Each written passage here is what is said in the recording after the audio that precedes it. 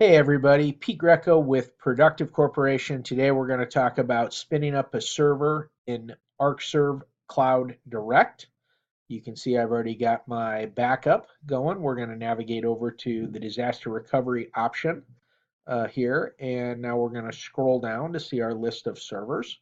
I've only got one in this test environment, but we're going to activate this and allow this box to spin up. Now from here, I could choose previous recovery points. I'm just going to go with my most recent one for this demonstration.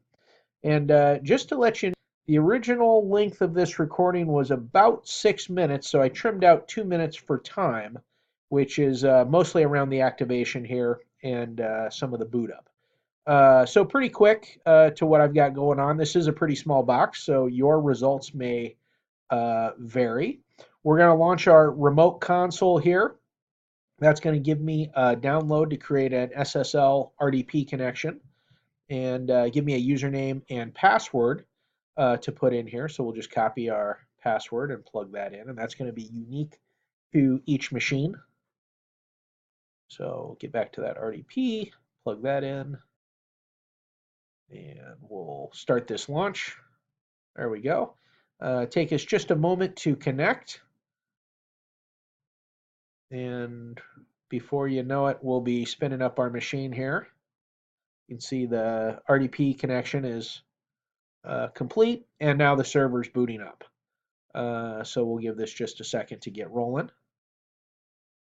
You can see this is going through like you're logging onto this console for the first time, and there we are. Now I'm going to hit the Control-Alt-Delete command, and I'll be logging in with my regular domain credentials here. So here we go.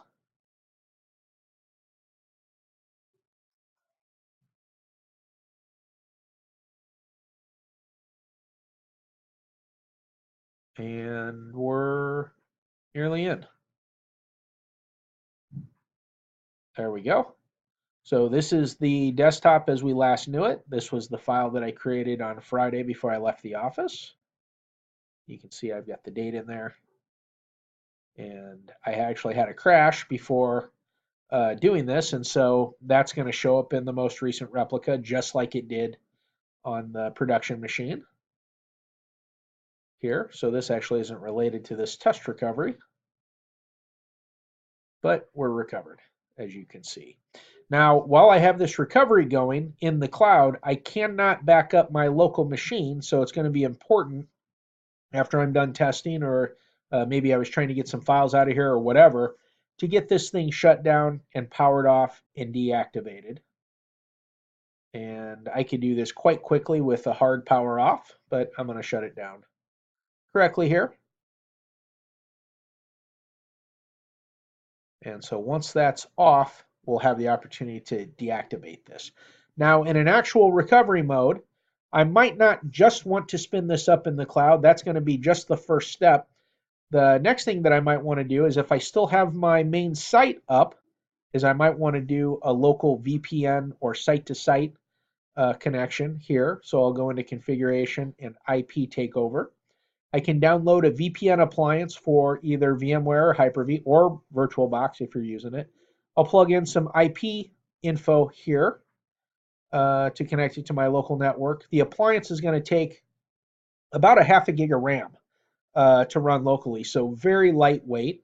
If I lost my whole site, I can go into here, connect point to site, and create a whole new connection at a new location to access this data.